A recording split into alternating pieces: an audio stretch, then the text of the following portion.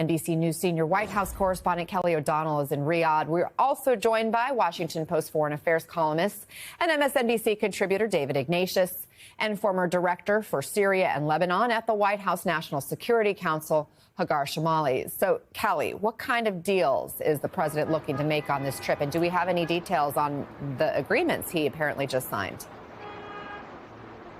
He did just do the signing ceremony, and it had all of the elaborate trimmings to that. And we've learned through the White House that they have just released a list of some of the areas. A lot of this deals with the defense industry, American business, technology, and so forth. They estimate in this first tranche that they talk about $600 million in business arrangements between the Saudi kingdom and the United States and private corporations here, including the purchase of $140-some billion in defense equipment that, of course, the president talked extensively about how the American military supply chain of all the kinds of aircraft and weaponry that we have is the best in the world, as he likes to say, and the Saudis are frequently a customer, and they are again in this deal. The president talked about the importance of the economic relationships, and we saw a lot of mixing and mingling between officials from both countries and business leaders. The president talked about what he sees on the line here in at least this part of his first overseas trip of an extended nature in this second term. Here's what the president had to say. We have the biggest business leaders in the world here, and they're going to walk away with a lot of checks for a lot of things that you're going to provide. And in the United States, it's probably 2 million jobs that we're talking about this visit. So the president liking to stress how the American people could benefit through jobs and investment in the United States, and, of course, touting the wares that he is selling on behalf of the United States defense industry to Saudi Arabia. Anna? Again, we expect the president to address this economic forum there any minute. Kelly, we've seen the Saudis roll out the purple carpet for the president. There were Arabian horses, fighter jets. We know Trump loves the pomp and pageantry of his Saudi visits. How much did that factor into this being his first diplomatic trip? Well, certainly the president has a real affinity for all of those trappings of the office and the world stage moments. And the Saudis have long been known to do that kind of ceremonial, honorifics, all of those things that certainly give the president a feeling of being welcomed and to kind of point out his stature on the world stage. Saudi Arabia was the first stop in his first term as a part of a multi-country visit at that time. Repeating that this time, of course, he went to Rome for the funeral of Pope Francis, but this is the first planned multi-country event with a lot of focus on economic issues, but also a nod to the regional concerns and some of the international hotspots, with Saudi Arabia being an important influence, especially to counter Iran, and in the president's efforts to have ongoing movement toward normalization with Israel. So it's economic and diplomatic from this end so far. Anna? Hagar, how is the U.S. relationship with Saudi Arabia different now compared to Trump's first term? Well, it's even advanced further along these lines. I mean, as Kelly mentioned, there are these real priorities that are both economic and political. And even though former President Biden tried to label Saudi Arabia as an international pariah, very quickly he turned on that when he needed Saudi Arabia's help on oil prices. And so Saudi Arabia has really remained in that role as a friend of the United States, regardless of its human rights abuses and regardless of those condemnations of their human rights abuses. But right now, that position is even more important, not just because it's Trump 2.0, but because of the geopolitical dynamics of the region. Saudi Arabia is a real hegemon. You've got a situation now where you're seeing the crumbling of the axis of resistance and what that could do for the future of Middle East peace. And the Trump administration sees that. And that's why I thought it was really important that Kelly mentioned you've got potential Saudi-Israel normalization talks that could be discussed here, and what it means to have these Iran talks, because Trump is very focused on preventing a nuclear arms race in the region, and Saudi Arabia is key to that. David, as we were just discussing, the U.S. has a complicated history with this region, relying on it for oil for so many decades, often turning a blind eye to human rights violations as a result. But how unusual is it to hear a U.S. president visit the region and not really lean into the diplomatic, the security, the peace rhetoric, instead talking about the economy, the business dealings, sort of a checkbook first approach, if you will?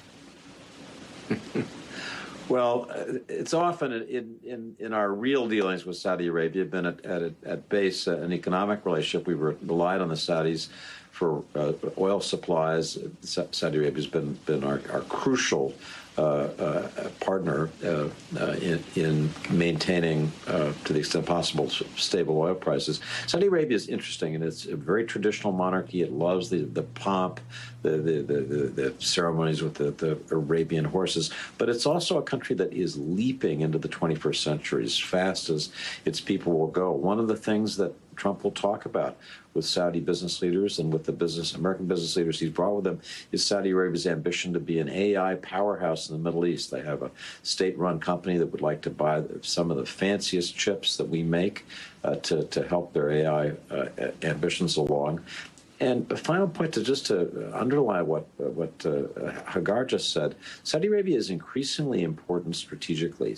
Saudi Arabia is the place where Russia and Ukrainian officials met with U.S. officials to begin to think about a pathway towards peace, where the U.S. and Russia reconstructed the basics of their diplomatic relationship. So Saudi Arabia is front and center, not just in money terms, but also in terms of how the U.S. under this administration thinks about security.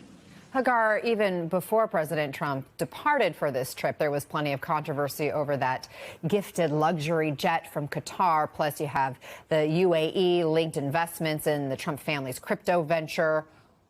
What do these countries get out of these moves? Why raise such blatant ethical questions? You mean it's not normal behavior? Well, so these are countries. So there are two pieces to this, two sides of this.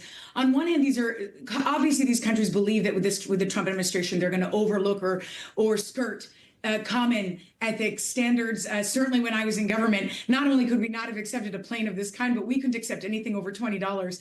And so on one hand, there's that view, but then on the side of President Trump, there's also a very clear message here that he's sending, particularly with this being his first overseas trip, that he's very interested in big powers and in big wealthy powers. And so those countries hear that message and are also trying to fuel that.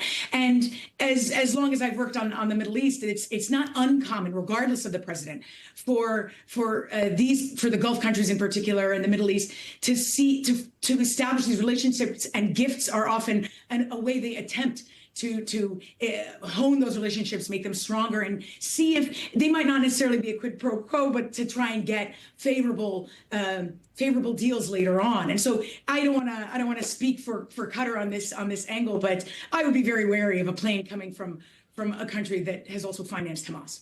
And yeah, there are national security issues as well with accepting a plane from a foreign government or even, royal family within a foreign country. David, with all the volatility we've been covering that this president has injected into the world economy because of the tariffs and the subsequent frustration we've heard from business leaders, what do you make of today's showing of all these super wealthy CEOs, in effect, kissing the ring in the receiving line this morning? So to me, this trip is a symbol of the continuity of global ties the United States has with key allies and partners. And you could argue of globalization itself. This comes on the heels of a meeting last weekend that our Treasury Secretary had with the Chinese, in which they seem to have walked back down the hill of the massive tariff increases that people worried would blow up the basic framework for globalization, global trade. So I think we're seeing Trump back in the more traditional position of an American president going overseas. There are, particular Trump issues like receipt of the Air Force One gift from Qatar. I can't imagine any other president facing that problem. That I hope will be worked out in an appropriate way. which is to not take the plane. But this is to me more of a trip back to the traditional role of the United States in Saudi Arabia, in the Arab world, than it is departure.